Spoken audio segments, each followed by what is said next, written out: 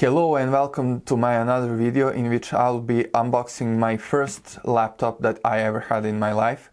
And this particular model that I have is Asus Tuf A15 15.6 inch laptop. And let's proceed with the unboxing.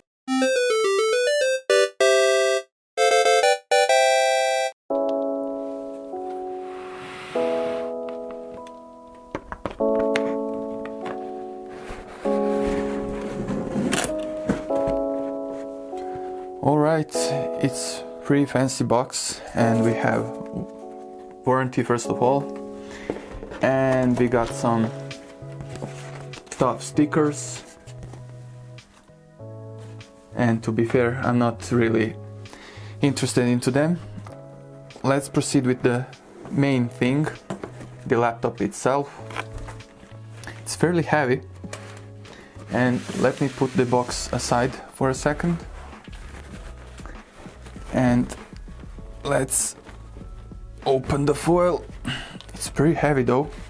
I'm not used to this. Wow, my first laptop. It feels a little bit weird, but I'm excited. Oh, another foil. Wow, it's pretty fancy, gotta admit. Let me just put this aside. Okay, and actually let's first proceed with the box, and I always like to leave the most interesting things for the end, and let's see what's inside the box as well. So we have probably, yeah, user's guide, we have some promotional material. What's this? Oh, this is in Hungarian, seems like. Yes, it is. European Union stuff. In search of incredible. This is a warranty card. I don't need that necessarily right now. And let's see. So this is the power supply. Oh, it's a nice brick. Oh, we have converter, fairly standard stuff.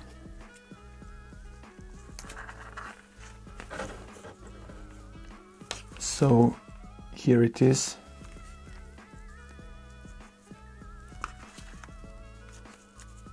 So I would have to plug in this like this, and plug this into the wall outlet, and plug this into the laptop.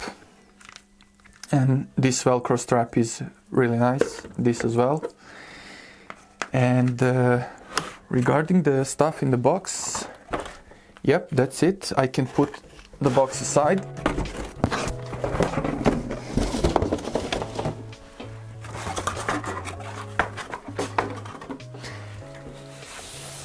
And now, coming back to the main thing, which is the laptop itself.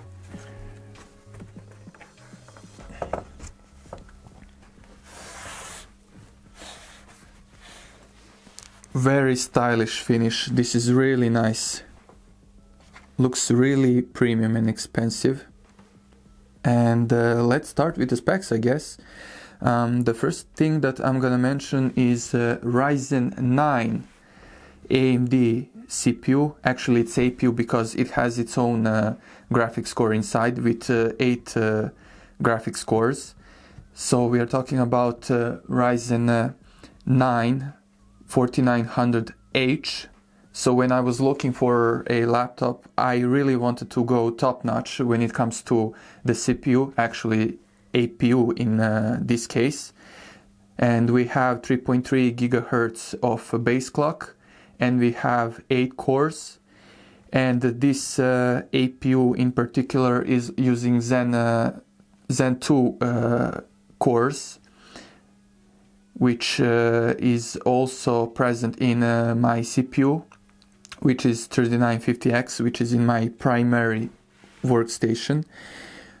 And proceeding with the specs, we have 2 times 16 gigabytes of RAM, which is working at 3200 megahertz. I really wanted the top configuration when it comes to RAM, because I think 16 gigabytes wouldn't be enough for Unreal Engine and other 3D use cases. Alright, proceeding, we have GTX 1660 Ti GPU mobile. To be fair, although as I said many times I wanted to go top-notch when it comes to configuration of this laptop, but there was a configuration option with NVIDIA RTX 2060 GPU, but to be fair I didn't want to pay the RTX tax, and the ray tracing cores don't really help that much in at so low segment, which 2060 is. So yeah, I wanted to get just slightly less powerful GPU, because I don't really need RTX cores just yet, and well, it's consuming just a bit less power. And we have 1 terabyte main OS drive SSD, which is NVMe, of course. And to be honest, I don't know if it's working at M.2 speeds or just SATA speeds. I'm gonna test that, but I might be looking into upgrading the SSDs, because we have 2 SSD slots. I think the main one should be around here, but if I was to flip the laptop on the other side, let me show. So I think it should be around here, yes, and the other slot is around here, somewhere about there, as I was looking at the images on the internet. And this model, this configuration of the laptop in particular, has 90 watt hours power supply battery, and the base model has just 48 watt hours of power, and I wanted to maximize on battery, because in other case you have shorter battery, which goes like this, and you can install additional 2.5 inch device like SSD or HDD, which is in 2.5 inch format. But I was like, hey, I don't need this, and I want the fastest storage possible. So I said, okay, I can install anytime 2 times 2 terabyte M.2 SSDs if I want it. So I have currently 1 terabyte, and the other slot is empty, which I'm probably going to populate with Samsung 980 or maybe 860 series Evo 2 terabyte version. I'm yet to decide on that. And yes, I've covered the CPU, I've covered the RAM, I've covered the graphics card. Yes, by the way, graphics card has 6 gigabytes of VRAM, which is fairly nice.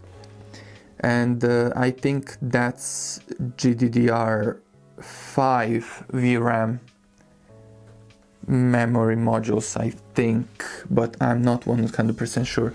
Another thing, display is 15.6 inches in diagonal, and the resolution is 9020 by 1080, so standard Full HD resolution.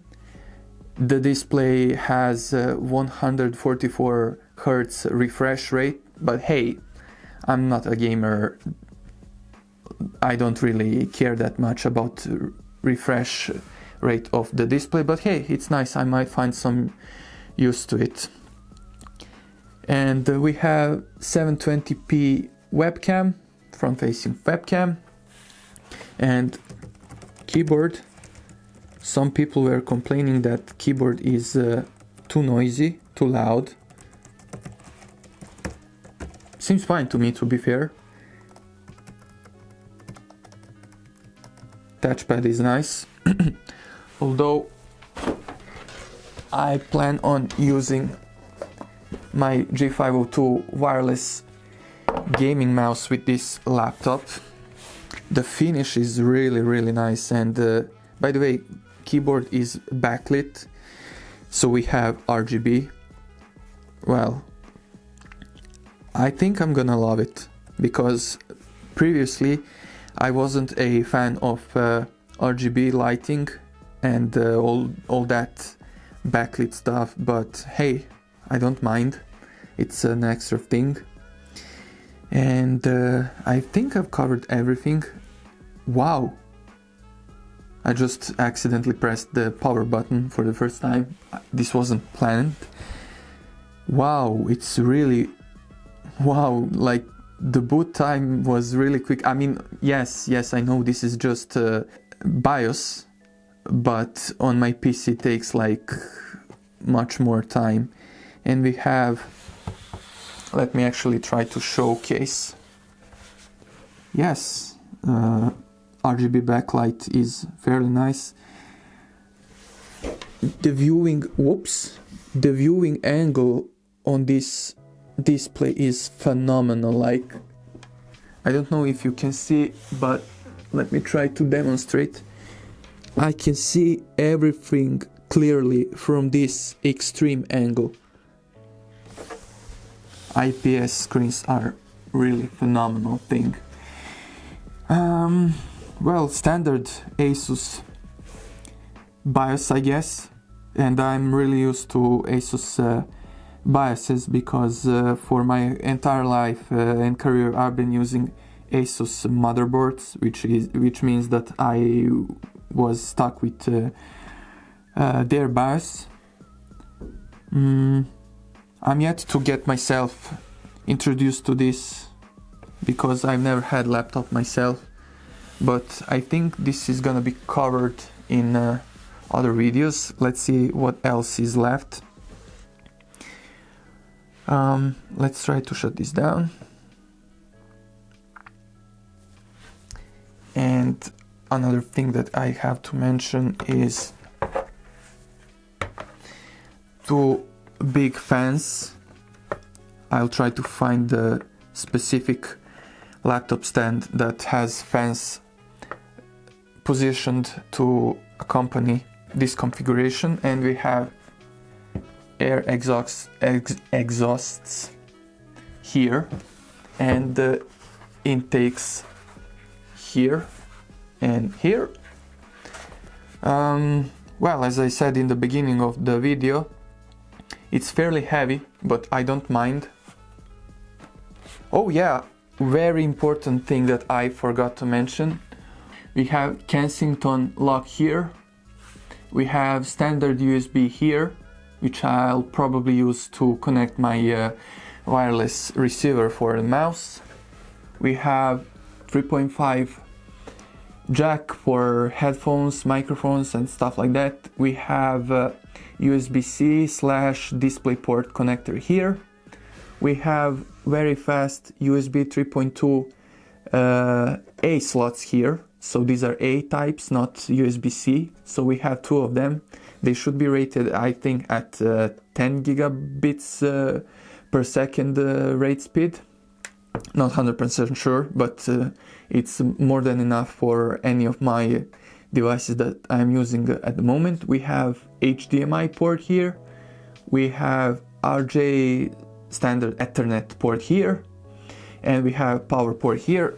And yes, of course, this laptop, like any other, has Wi-Fi functionality, also Bluetooth functionality. And I have probably forgotten to mention some things. Well, I almost forgot to mention the connectors, which are a really important thing when it comes to laptops, because hey, connectivity. So the laptop is now connected, but I'm not gonna plug it into power just yet.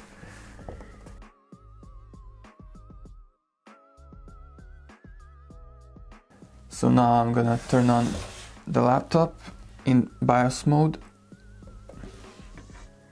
by holding F2 and pressing the power button. And here we are in the BIOS. So I just wanted to check out what's the exact SSD model that is coming pre-installed in this model, and that model is Kingston SA2000 M8 1000G. So we are talking about Kingston A2000 series 1TB version.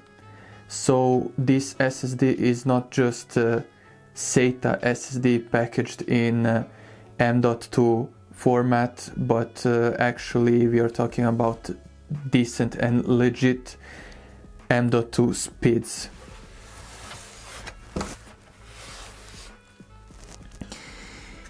And yes, really nice laptop. I'm impressed. Nice stickers, nice finish, nice everything as I have expected. The only downside is the Hungarian keyboard layout, but I don't mind. I can always just slap stickers or something. I don't mind. And also has numpad, which could be remapped to some more useful keys. And I think that's it for this unboxing part. Thank you for watching another video of mine in which I'm unboxing hardware. Although I'm not professional unboxer by any means, I said that many times. I think it's nice to unbox hardware and equipment that is used mainly by content creators, digital creators, 3D artists, game developers, and any other people out there. And I hope you liked this video, and don't forget to like or dislike. Leave your feedback in the comment section. Please share and subscribe to my channel. And again, thank you for watching and staying with me, and see you in the next videos. Bye guys.